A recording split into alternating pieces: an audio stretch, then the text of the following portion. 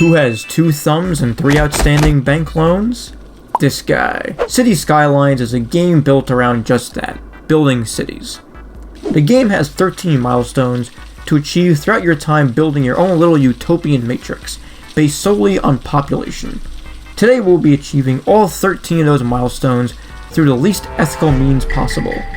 Now, while some players build up their sprawling cities that are carefully planned and have all sorts of public services dotted throughout the area, we'll be providing our citizens with the absolute bare minimum to actually qualify as living.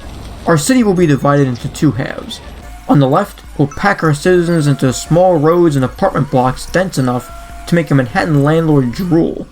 Meanwhile, on the right, we build endless rows of heavily polluting and destructible factories and warehouses. And dividing this tale of 2 cities will be a main road centered right down the middle, accounting for nearly the entirety of our city's traffic and gridlock issues for the rest of the game. The first day of our new city starts out pretty tame. We look over and see a giant river splitting down 2 land masses, and get to work putting down some roads, getting the basic infrastructure needed to create what will soon be a nightmare of a city. What do you mean by that? The little city blocks we create on the left side of our city will be put together for our residential area, while we decide to collect some water and pump some sewage into the nearby river, making sure we really get it ready. Meanwhile, we build a bridge to nowhere, because why not, and put down our first heavily polluting factory to kick off this industrial wasteland. We throw down some power lines, put together a few water pipes, and before we know it, the city is getting ready on its first steps towards residential areas. Our first victims, residents, What did he say? come in pretty quickly and populate the area to create the first homes as night falls on day 1 of Westfield. Pretty quickly we create our first milestone of the little hamlet and unlock basic services like garbage and education, but we're only going to use 1 of those. Nice. Expand the water network a little more as our little village grows, and decide to take a little stroll down the streets, highlighting the vast emptiness of this cold, utopian wasteland. In fact, there's even 2 identical ice cream stores right next to each other, which I'm sure definitely isn't a front for anything. Our bridge to nowhere just kind of hangs out and exists in the distance. Meanwhile, on our residential streets, it doesn't quite get any more American than this. An uneducated adult who works as a grounds worker at an industrial plant, driving around her pickup trucks on small, cramped residential streets. Doesn't quite get any more American than that. God bless America. We decided to put a little more work into our industrial area and put down some more factories to make sure we really satisfy the polluting requirement of this industrial wasteland. And before we know it, we already hit another milestone, reaching a population of 650 and opening up a bunch of services that I will never use. We expand over another tile to put more effort into our industrial sector, and we throw down a few more cramped street lines to satisfy that very need. Looking at our budget and economy, we can see that the vast majority of our income is still coming from taxing the residential areas, which is really playing into that whole American dream. But despite being heavily taxed, new homes keep propping up in our residential area from the ground like little moles. So we reward them with a little education, even though they won't quite need it being industrial grounds workers. You know, so assuming they even survive their jobs to begin with. But it's alright, I'm sure there won't be any more burning down buildings in this city. Another milestone is achieved pretty quickly, and we're hit with even more policies, government services, and features that will not be included whatsoever in this city.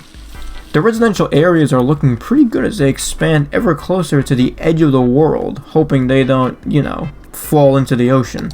Meanwhile, in the industrial sector, we can see that our factories are polluting right on schedule, which, meanwhile our residential area emits a little smoke of their own. Honestly, the best part about this is the fire department putting out the burning house, but ignoring the incinerating trees, which motivates me to improve our, healthcare of the city. Night falls once again over our residential district as the game annoyingly reminds me once again of our medical services that we will never build.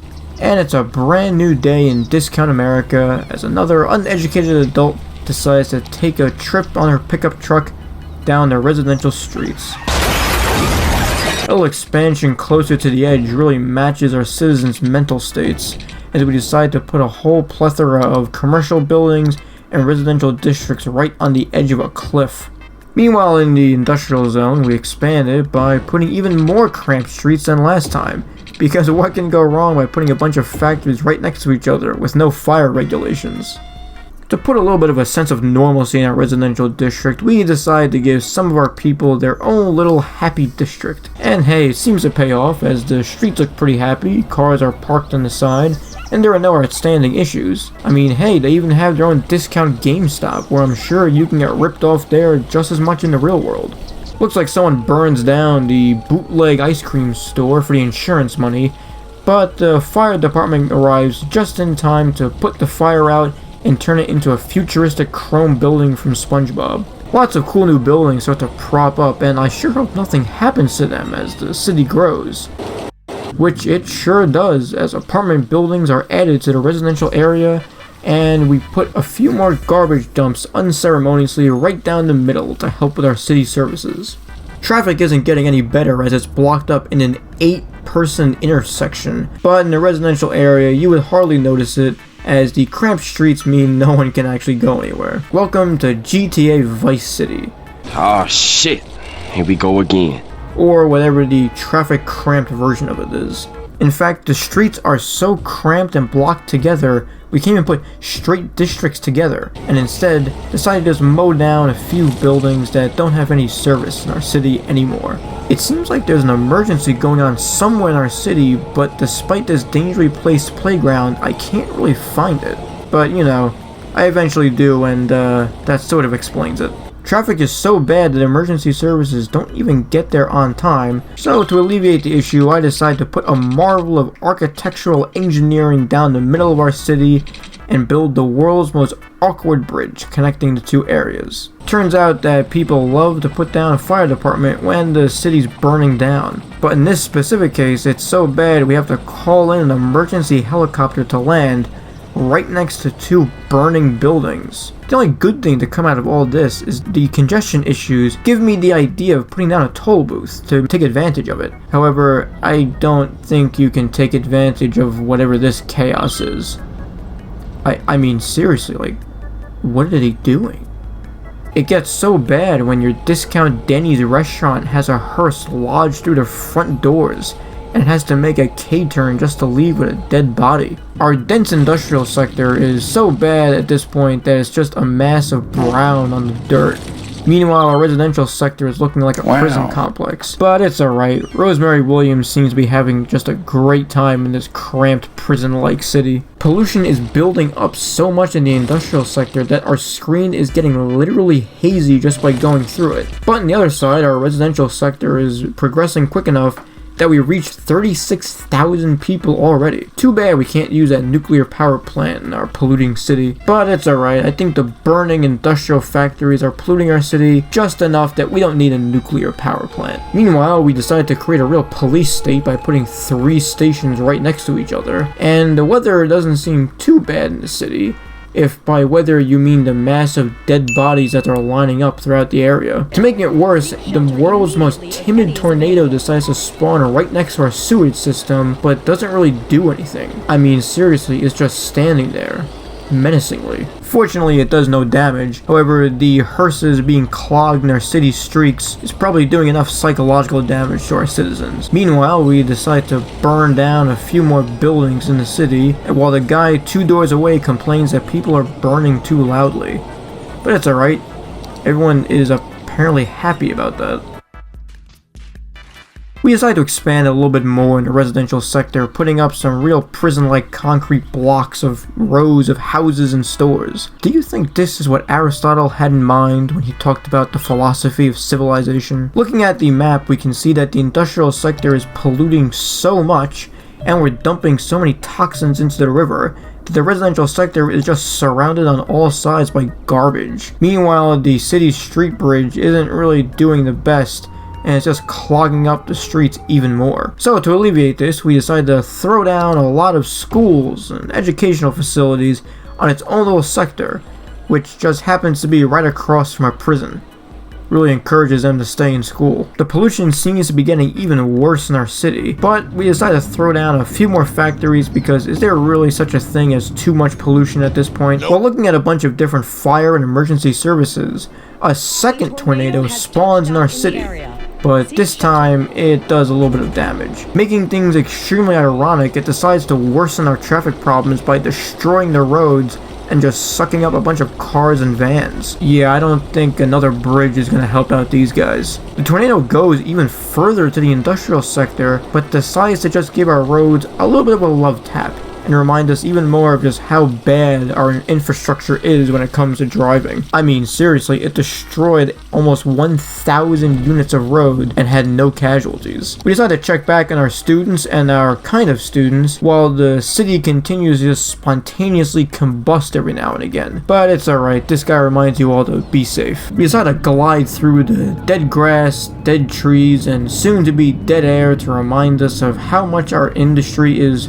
progressing on the other side of the city. The traffic congestion actually seems to be doing better with these signs written in pure gibberish, but the trees and residential sector is burning, which is just an hourly occurrence at this point. But hey, we have the trifecta.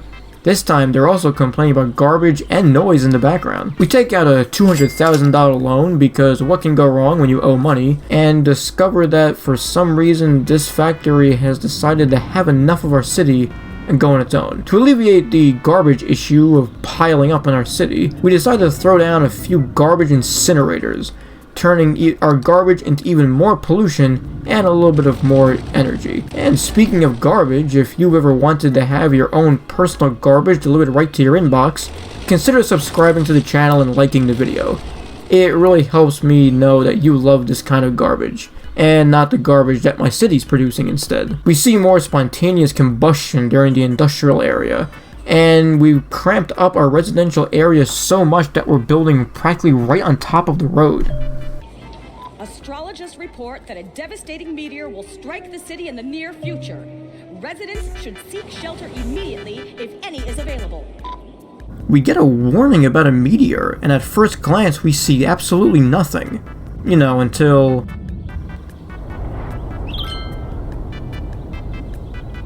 Uh-oh. A meteor strike has occurred. Avoid the impact site and head to shelter if any is available. Apparently the neighbors next door like the fact that their neighbors just collapsed in a building. Although I guess on my end, I shouldn't have expected to dodge 3 natural disasters in a row. All the buildings in the area collapse, craters happen, and fires are breaking out even more than our city is normally used to. The Paw Patrol decides to come down in their own little helicopters and see who they can save, but just like the dinosaurs, the meteor turns out to be the slow demise of the city. We lose citizens, buildings are destroyed, and the power grid quickly collapses as our residential area discovers more and more issues with finding electricity. We get a government bankruptcy bailout, even though we technically are the government, and decide to accept it, hoping that a little meteor surely can't destroy an entire city. But turns out it can. And even though the entire city doesn't have electricity, these guys are still complaining about their garbage pickup. Nice work, guys. The city is slowly descending into madness as it loses power and electricity, and we are so deeply in the red at this point we can't even make any money to try to mitigate our losses. My last ditch attempt to try to save this steadily failing city is to play my own little game of Minesweeper localized right here in Cities Skylines, taking out as many of the abandoned buildings as I possibly can, and hoping that they get replaced with new buildings that people will actually like to live in. Has anyone tried to figure out why the lack of electricity suddenly turns buildings moldy? After deleting enough buildings to destroy almost half of our residential district alone, we can see that they're still clamoring for electricity, and I can't imagine why, after a meteor just destroyed the city's entire power grid.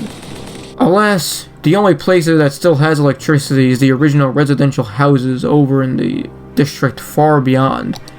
And with us being hundreds of thousands of dollars in the red, a city that's rapidly depleting as if it's the apocalypse, and buildings that are being abandoned, burning, and losing electricity, it's pretty clear that this run is gone. What better way than to look across the horizon of a destroyed city while the trademark building burns down? Nothing quite like the city of Westfield. You know what, Jeremy? That's a really good question. Maybe you should ask your neighbors. Oh wait, you don't have any.